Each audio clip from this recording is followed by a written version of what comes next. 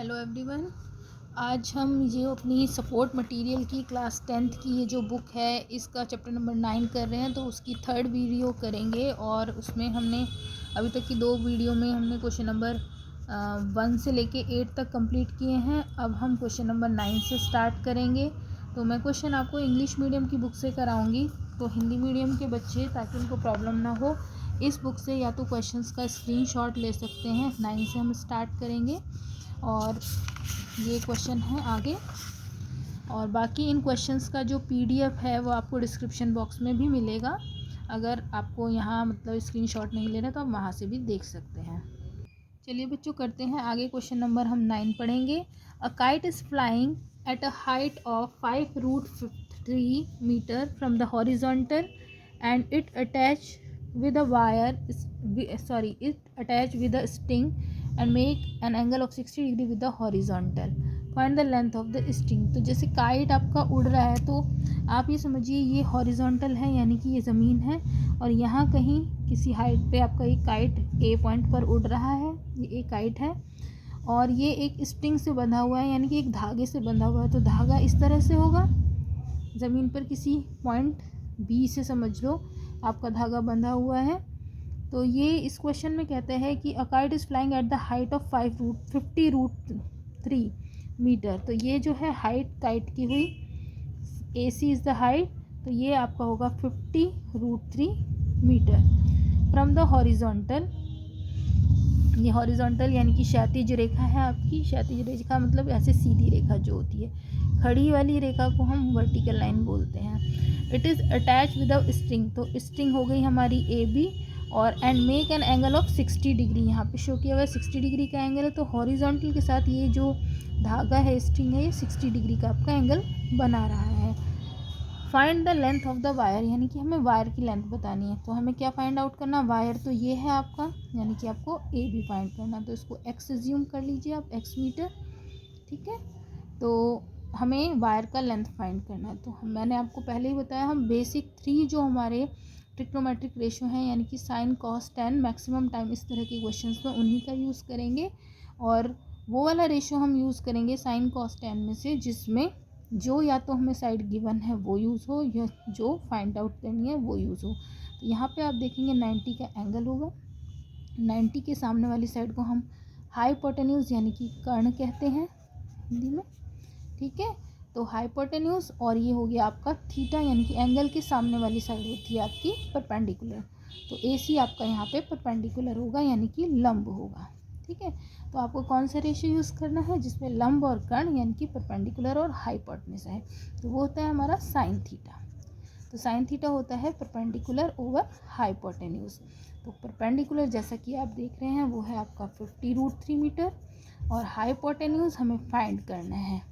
अब थीटा की वैल्यू हम यहाँ डालेंगे, तो साइन थीटा की जगह हम लिखेंगे 60 degree, and this is equal to 50√3 by X. अब साइन 60 की अब टैबुलर वैल्यू हम लगाएंगे, जो कि होती है √3/2। तो ये 50√3 एक्स के इक्वल है। यहाँ से √3 से √3 का कैंसिलेशन होगा, और एक्स क्रॉस मल्टीप्लिकेशन के बाद 2 × 50 यानी कि 100 मीटर के इक्वल होगा। तो ये हमारा लेंथ ऑफ द वायर है, यानी कि ए बी जो हमारी स्ट्रिंग को शो कर रहा है वो 100 मीटर की इस क्वेश्चन में होगी। ये हमारा इस क्वेश्चन का आंसर होगा। अब आगे करते हैं question number 10। I hope question number 9 आपको अच्छे से समझ आया होगा। क्वेश्चन 10 है, in the given figure find the perimeter of the rectangle A B C D. A B C D का हमें रेक्टेंगल का पेरीमीटर फाइंड करना है। तो पेरीमीटर आप जानते हैं कि 2l+b होता है, 2 लेंथ प्लस ब्रेथ होता है। तो लेंथ हो गई ये, जो कि हमें फाइंड आउट करनी पड़ेगी। ए बी तो इसमें दिया नहीं है, और ब्रेथ आपको 10 मीटर का गिवन है। तो हमें क्या फाइंड करना है, हमें ट्राइंगल ए बी सी में ए बी की वैल्यू फाइंड करनी है। और हम ये जानते हैं कि रेक्टेंगल के सभी एंगल 90 के होते हैं, तो बी आपका राइट एंगल है, यानी कि 90 का एंगल है। तो आप कंसिडर करिए सिर्फ सी बी ए ट्राइंगल को देखिए आप, ठीक है। तो इसमें हमें ए बी फाइंड करना है, तो इसको हम ए बी ही लिख लेते हैं या एक्स मीटर लिख लेते हैं। और ये आपको परपेंडिकुलर दिया है 10 मीटर, ये 90 के साथ वाली दो साइड हैं और ये एंगल आपको 30 डिग्री गिवन है। तो 30 के सामने वाली साइड आपकी परपेंडिकुलर यानी कि लंब होगी, ठीक है। और जो आपका 90 के सामने वाली साइड है वो आप जानते हैं हाइपोटेन्यूज और इसको कर्ण कहते हैं। इसमें बेसिकली ट्रिग्नोमेट्री में 10th क्लास में ये सबसे इम्पॉर्टेंट कॉन्सेप्ट है कि हम थीटा के सामने वाली साइड परपेंडिकुलर को पहचाने, 90 के सामने कर्ण यानी कि हाइपोटेन्यूज को पहचाने, और तीसरी बची हुई साइड जो है वो हमारा बेस है। अगर आपको ये कॉन्सेप्ट आ गया तो इसमें आप कहीं भी मतलब फेल नहीं हो सकते, ये कॉन्सेप्ट आपका यहीं से क्लियर होता है। तो अब देखिए हमें फाइंड करना है बेस यानी कि आधार, और हमें दिया है लंब। तो लंब और आधार परपेंडिकुलर और बेस वाला जो रेशो है वो हमारा होता है tan theta, perpendicular over base. तो ये tan यहाँ पे 30 वैल्यू डाली जाएगी, 30 degree which is equal to perpendicular यानी कि 10 और बेस हो गया आपका x। अब ये tan 30 का जो वैल्यू होता है वो होता है आपका 1/√3। ये टेबल से हम याद करते हैं इसका वैल्यू, और क्रॉस मल्टीप्लाई के बाद हम देखेंगे कि x जो है tan√3 के इक्वल होगा। तो ये हमारा बेस होगा। पर हमें यहाँ पर ये a भी तो हमने निकाल लिया, tan√3 जो है ये इसका वैल्यू हो गया। तो हमें पेरीमीटर फाइंड करना था इसमें। तो पेरीमीटर जो है वो रेक्टेंगल का पेरीमीटर जो होता है वो होता है हमारा फॉर्मूला 2 लेंथ प्लस ब्रेथ। तो यहाँ पे क्वेश्चन में देखिए लेंथ आपका ए बी है जो कि हमने फाइंड कर लिया है, और ब्रेथ जो बी सी है वो 10 गिवन है। तो 2 10√3 प्लस 10 आप ये निकालेंगे, दोनों में से 10 कॉमन ले सकते हैं तो बाहर हो जाएगा 2 × 10 यानी कि 20, और ये होगा √3 प्लस 1। तो इतने मीटर जो है इस रेक्टेंगल का पेरीमीटर होगा। ये हमारा फाइनल आंसर है इस क्वेश्चन का। चलिए स्टार्ट करते हैं। Question number 11, the length of the shadow of A pillar. जैसे कि ये देखिए ये हमने एक ए बी पिलर बनाया, ये इसका बेस है हॉरिजॉन्टल लाइन, ठीक है। यहाँ 90 का एंगल होगा, तो ये इसका जो शेडो है पिलर ए बी का वो ज़मीन पर पड़ेगा। ये बी सी जो है शेडो है, तो इसमें लिखा है the length of the shadow of the pillar is √3 times the height. तो हाइट ए बी का √3 टाइम्स है, तो अगर हाइट x है तो बेस जो हमारा शेडो है वो हो गया √3x मीटर, ठीक है। Then find the angle of elevation of the source of light. तो हमें एंगल ऑफ एलिवेशन फाइंड करना है, यानी कि जैसे यहाँ सन हो, लाइट का कोई भी सोर्स हो, तो उसकी शेडो ऐसे पड़ेगी ना, तो ये शेडो नीचे पड़ेगी। तो इस तरह से हम एज्यूम करें तो ये राइट एंगल ट्राइंगल फॉर्म होगा। तो एंगल ऑफ एलिवेशन मैंने आपको पिछली क्लासेस में भी समझाया था कि बेस यानी कि हॉरिजॉन्टल लाइन और जो भी ये लाइन ऑफ साइट है इसके बीच में बनता है, और एंगल ऑफ जो डिप्रेशन होता है वो ऊपर वाले पॉइंट पर बनेगा। जब हम ऊपर से नीचे किसी चीज़ को देखते हैं तो ऊपर वाली जो है ये हॉरिजॉन्टल के साथ। तो यहाँ पे तो हमारा एंगल ऑफ एलिवेशन की बात है, तो एंगल ऑफ एलिवेशन ये है, इसको हम थीटा डिग्री एज्यूम कर लेते हैं, ये हमें फाइंड करना है। तो हम रेशो वही यूज़ करेंगे, इस तरह के क्वेश्चन हम पहले भी कर चुके हैं, जिसमें हाइपोटेन्यूज नहीं आए ऐसा वाला रेशो हम यूज़ करेंगे। और हाइपोटेन्यूज नहीं आता, वो साइन में आता है, कॉस में आता है, बट टेन में नहीं आता। तो हम टेन थीटा यहाँ पर यूज़ करेंगे कि tan theta is equal to होगा परपेंडिकुलर ओवर बेस। यहाँ पर परपेंडिकुलर आपका है x और बेस है आपका √3x। तो यहाँ x से x कैंसिल हो जाएगा। तो टेन थीटा आप टेबल की वैल्यू से देखेंगे, ट्रिग्नोमेट्रिक टेबल से 1/√3 होता है 30 डिग्री पर। तो थीटा यहाँ पे हमारा इससे 30 डिग्री हो जाएगा। ये हमारा आंसर होगा एंगल ऑफ एलिवेशन।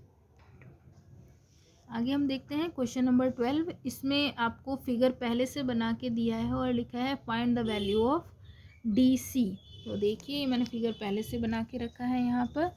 तो DC हमें फाइंड करना है। तो सबसे पहले राइट एंगल ट्राइंगल ढूंढिए जिसमें हम ट्रिग्नोमेट्री लगा सकते हैं। तो राइट एंगल तो यहाँ C पर बन रहा है, तो हमारा जो भी ट्राइंगल है उसमें C पॉइंट ज़रूर आएगा। तो हम सबसे पहले ट्राइंगल देखते हैं ACB ट्राइंगल। तो इन ट्राइंगल ACB इसमें हम ट्रिग्नोमेट्री लगाएंगे।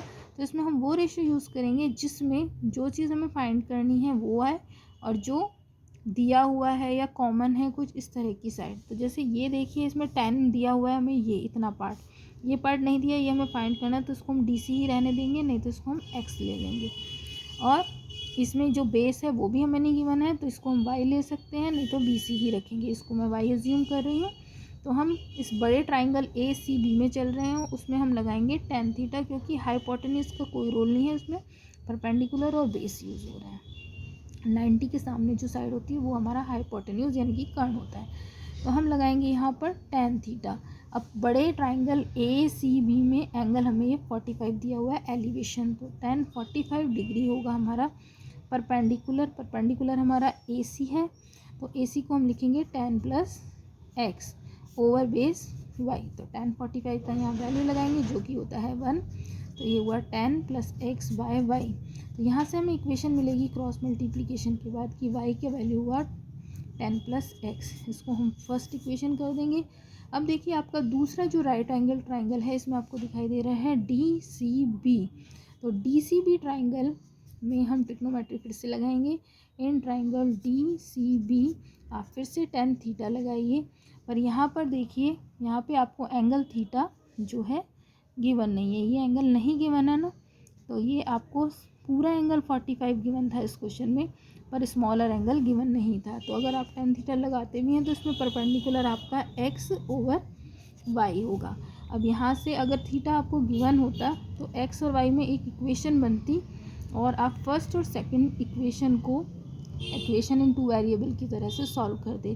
तो ये इस क्वेश्चन में यहाँ पर कमी है कि इसमें जो थीटा है वो कुछ गिवन नहीं है। तो इस वाले ट्राइंगल में अगर आपको मान लो एंगल 30 डिग्री का गिवन होता तो आप यहाँ tan 30 लगाते, उससे आपके पास एक्स वाई में ये इक्वेशन आती और फर्स्ट और सेकंड इक्वेशन को आप एक्स और वाई के लिए सॉल्व करते, यानी कि फिर आपको डीसी की वैल्यू मिल जाती। तो ये क्वेश्चन इसमें मिसप्रिंट है थोड़ा सा, मुझे लगता है ये एंगल 30 डिग्री का गिवन होगा तो हम इस क्वेश्चन को निकाल सकते हैं।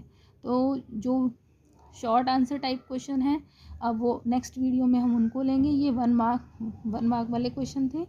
आई होप गाइज आपको ये क्वेश्चन यहाँ से क्वेश्चन नंबर 1 से लेकर 12 तक के मेरे वीडियो के क्वेश्चन समझ आए होंगे। 1 मार्क वाले question short answer type question हम अपने नेक्स्ट वीडियो में करेंगे। और इन क्वेश्चन का जो लिंक है इंग्लिश मीडियम में चाहे हिंदी मीडियम में, ये आपको डिस्क्रिप्शन बॉक्स में इसका लिंक मिल जाएगा इसकी PDF का, तो आप वहाँ से भी देख सकते हैं। अगर आपको वीडियो अच्छी लग रही है तो इसको लाइक शेयर सब्सक्राइब करना बिल्कुल भी ना भूलें। Thanks for watching my video.